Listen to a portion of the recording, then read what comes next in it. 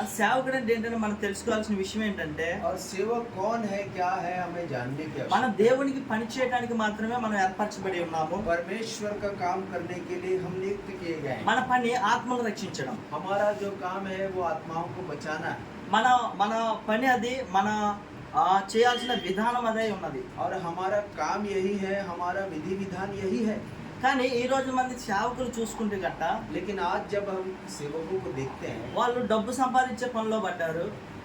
कई लोग धन के पीछे भागते हैं వారు ఏవేవో సంపాదించుకోవాలి, ఈ లోకంలో మేము గొప్ప అనిపించుకోవాలనే స్థితిలో ఉండిపోయారు. और वो सोचते हैं कि संसार में हमको बहुत कुछ पाना है, ये पाना है, वो पाना है। పక్క సంఘస్థుల విశ్వాసం మనం ఎలా లాక్కోవాలి మన సంఘంలోనికి, और अन्य कलीसियाओं के भेड़ों विश्वासियों का हमें कैसे छीनना है, चुराना है, कई लोग का ये भी काम रहता है। మనం ఏ విధంగా మనం సంఘాన్ని అభివృద్ధి చేసుకోవాలి, పక్క వాళ్ళ దాంట్లో దొంగలించి और कैसे दूसरों भेड़ों को चुरा के अपनी कलीसिया को कैसे बढ़ाना है, कई लोग ये भी सोचते हैं। ఎవరి మీద పూర్తిగా ఆధారపడాలంటే దేవుని మీద ఆధారపడాలి. और ये बिल्कुल सही बात है कि हमको परमेश्वर पर निर्भर होना है पूरी तरह। ఎప్పుడైతే మన దేవుని మీద ఆధారపడ్డామో जब हम परमेश्वर पर निर्भर होते हैं, దేవుడు మనల్ని పోషించే స్థితిలో ఉంటాడు. परमेश्वर हमारा पोषण करता है। కానీ మనము దేవుని మీద ఆధారపడకుండా, परंतु हम परमेश्वर पर निर्भर ना होकर, దేవుణ్ణి అడగకుండా परमेश्वर से ना मांग कर, మన సేవకులు అనబడిన వారందరూ और हम कई बार जो सेवक ఈ हैं, లోకంలో ఉన్న ధనవంతుల వైపు చేయి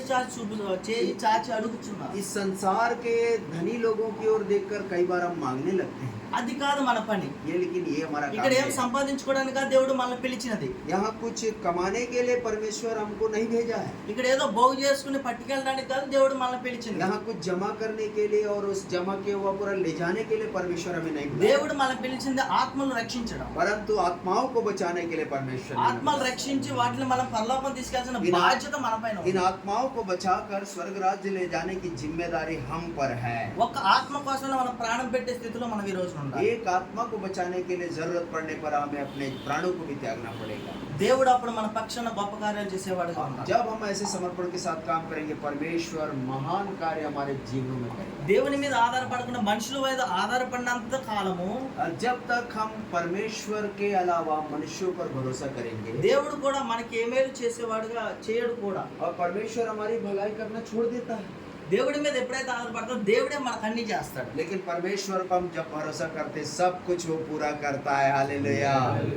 మనందరం చెప్తాము విశ్వాసులకి, हम विश्वासियों को बताते हैं, మీరు దేవుడి మీద ఆధారపడాలి, आप परमेश्वर पर विश्वास करो। ఈ లోకం వ్యర్థం అని మనందరం చెప్తాము. हम बोलते हैं प्रचार में कि ये पूरा सारा संसार व्यर्थ है, కానీ మనం ఎందుకు పాటించము? लेकिन इन्हीं बातों को कई बार हम लोग पालन नहीं करते। ఎందుకు क्यों పాటించమంటే नहीं करते? దేవుని శక్తి మనం ఎరగనట్లు ఉన్నాం. क्योंकि परमेश्वर की सामर्थ्य को हो सकता है हम पहचान नहीं पा रहे हैं। ఫస్ట్ మనందరం దేవుని శక్తిని ఎరగాలి. उसकी सामर्थ्य को जानना